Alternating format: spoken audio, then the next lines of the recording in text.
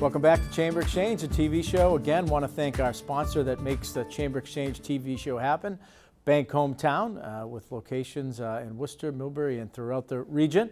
And want to thank the Bank Hometown team again for their support of the Chamber Exchange. Thrilled to have with us in our final segment, Mike Savage from The Savage Secrets. Mike, welcome. Thank you, Tim. Excited to be here. Yeah, well, we're thrilled as we were talking before the camera officially turned on. You know, we're bringing the show back live in person. Real human interaction, super exciting. You know, it's funny. I did it my first in-person and 18-month speech last week in Phoenix. So being in a room and an environment with real people, you know, with real energy was awesome. Yeah. Just awesome. Now, as a theme kind of been out throughout the show so far is about, you know, getting back in person, though, albeit we need to continue to be careful with the Delta variant and other things, but it is great to be back in person. We see packed crowds outside at Polar Park. And last Saturday, Chris Sale pitched a packed house, so very exciting. Yeah. So let's get into your business and what you do. But first, maybe a little background, WPI grad, maybe a little background about yourself.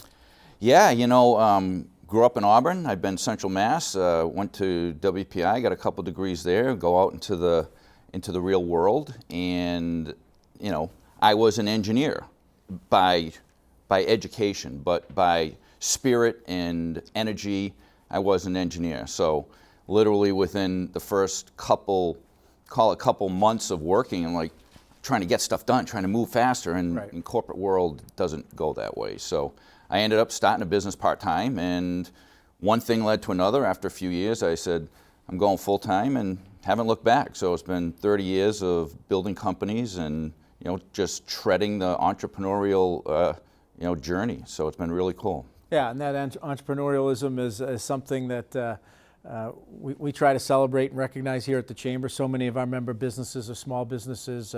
People had a dream or a vision, or families, and keep working at it every day. And it's something that needs to be kind of encouraged and supportive. People just have that kind of feeling, that urge, but it's important that mentorship, guidance, and that's a part of what you're able to do, with companies and with individuals. I have a healthy addiction to a few things. One is exercise, the second is entrepreneurship, the third is teaching. And I used to teach during grad school, so I think it was always in my blood. But now I've taken it on as a full-time thing, and any person that says, I'm gonna put it all on the line, I'm gonna give it a shot, I'm gonna go 100% in, and they put in their life savings, they put in, sometimes college fund, max out credit cards, home equity loans. I just have a ton of passion for that individual. And even driving through the city today, my heart bleeds. There's so many businesses, places for rent, and business is hard enough. It's challenging. There's lots of stuff. But then when it actually is not your fault, when it's taken away, right. That makes it even harder. And it's, lots of people will walk by and say, oh, damn, that restaurant's not there, or that health club's not there.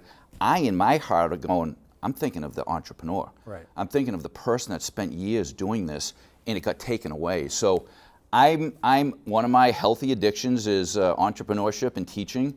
And so that's what I do now. And, I believe that there's only two ways to learn stuff in life, whether it be no matter what the subject matter is, and that is your experience or someone else's. Mm-hmm. And if it's yours, I always say, it hurts more, it costs more, and it takes longer. Yeah. So that's why I'm kind of in the world I'm in right now. You make a really good point that we, on a regular basis, try to, when we engage with policymakers, whether it be, at the local level of the city council or board of selectmen or women, or whether it be at the state legislature working with, state senators and state legislators, or at the federal level, for those policymakers to understand when they make decisions, they need to understand what oftentimes these small businesses owners are putting at risk. They're literally putting their financial well-being, they're banking their future on this business being successful.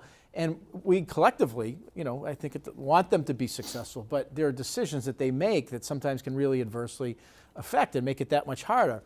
And so I'm glad you were able to, share with our viewers about what the lengths that people go to start a business. Like you said, borrowing, family and friends, taking all their savings, saying, I have this passion or vision, I want to take it. It's hard. and that individual focuses on, okay, how do I make this good a service? You can come in and help coach them on other things that they need to be aware. Well, first off, when it comes to politics, I will need a cocktail before we engage further in that. But I sat on a board in Washington, D.C., the Sport and Fitness Industry Association. One of the things we used to do was, lobby Congress. So I had a blast walking up and down the halls of Congress, meeting with senators, congressmen, and women. But what I did was I got a real appreciation for politics. Everyone says it's political. It's amazingly challenging from all aspects, because most of the people that are in power there, they understand the impact of the decisions. But nonetheless, in business, one of those challenges really is, and when I encourage all entrepreneurs, I don't care if you're running a $100,000 business or a $100 million business, the concepts are the same. And lots of times I teach clients about what I call pestle analysis. This big picture looking at the political, economic, social, environmental, technological, or legal things that may impact your business that you really have to take into account as you're taking those next steps. So and trying to educate, like I said, there's two ways to learn it. And so what I do is I focus on, I say, I have a philosophical approach to business. I say that we live as entrepreneurs 3 movies simultaneously. I call it the Entrepreneur's Trilogy: heart set, mindset, and skill set. And so many times when I work with clients, I'm like, look, let's design the dream business so that it aligns with the values and goals of your dream life. Because oftentimes we get into this go, go, go, go, go, and 10 years later, you have a job, you don't have a company, you don't know your kids, your health is suffering, your relationships are suffering, and so that's not winning to me. Winning is when you get to have it all, when you get to have, like movie number 1, Heart Set. You have your health, the one thing we all take for granted until it's gone, your family, your relationships, and your happiness. And if you have those 3, you've won. Let's face fact, like you're healthy, you got great relationships, and you're happy, okay, game over. But then there's that next level. And so the second movie, Skill Set, comes in, which is, what are you putting into your brain? Because this thing on our shoulders is the most powerful weapon on earth.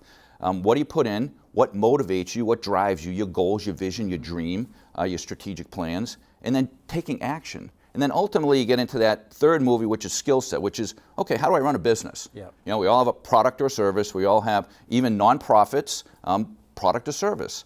Then you have your target market or ideal client, and then a strategic marketing plan. And so it's kind of, I try to simplify it. It becomes super complex psychologically, because the people that are out there that got through COVID, no matter how you slice it, it was difficult. I'm not even saying COVID's over like we discussed, but it's difficult. It's more emotional and psychological, the challenge of running and building a company.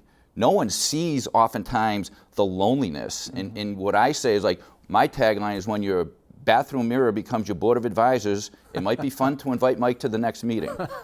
So, but it's lonely. It's challenging. Well, we just have a minute left, but you kind of laid out, I think in a way we can understand kind of those concepts and kind of the approach. But then when you work with an individual business, you'll get granular in terms of the skill set and the thing that specific business does. So if there's a business owner out there or someone who's got a dream to be an entrepreneur, to pursue that passion and align their personal with their work life, how do they get in touch with you? How do they engage?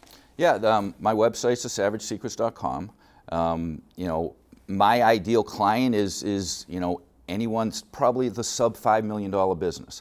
Once you get over that level, it's probably you've got a board of advisors, you've got a stronger management team, you've got a board of directors, you may have investors and partners, but it's typically the companies that are a little bit smaller that the entrepreneur's challenge, he or she is like, what do I do next, and how do I get to that next level? And learning on your own, as I've learned many times, is expensive, and it's challenging, and it's difficult. So thesavagesecrets.com, and I'd love to engage or have a conversation with any entrepreneur.